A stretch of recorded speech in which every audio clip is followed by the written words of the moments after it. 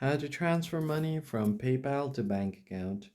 Hey guys, in today's quick tutorial, we're going to look at a quick and easy way to transfer money from PayPal over to bank account. So the first thing you need to do is log into your PayPal application.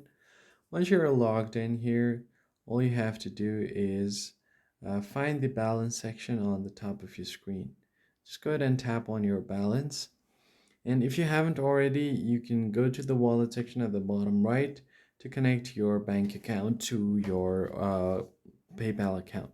So under bank account and card, you can tap on add new, and then you can go to bank accounts, select the bank account of your choice and add a new account to link it to your PayPal.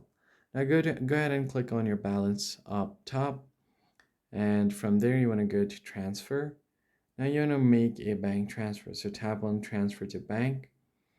Now you can enter the amount that you want to transfer. So here I've entered all the available balance.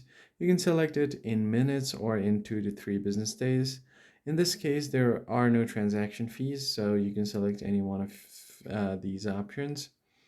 And if you have multiple bank accounts, you can just go ahead and click on the change icon right beside the bank account. Tap on transfer.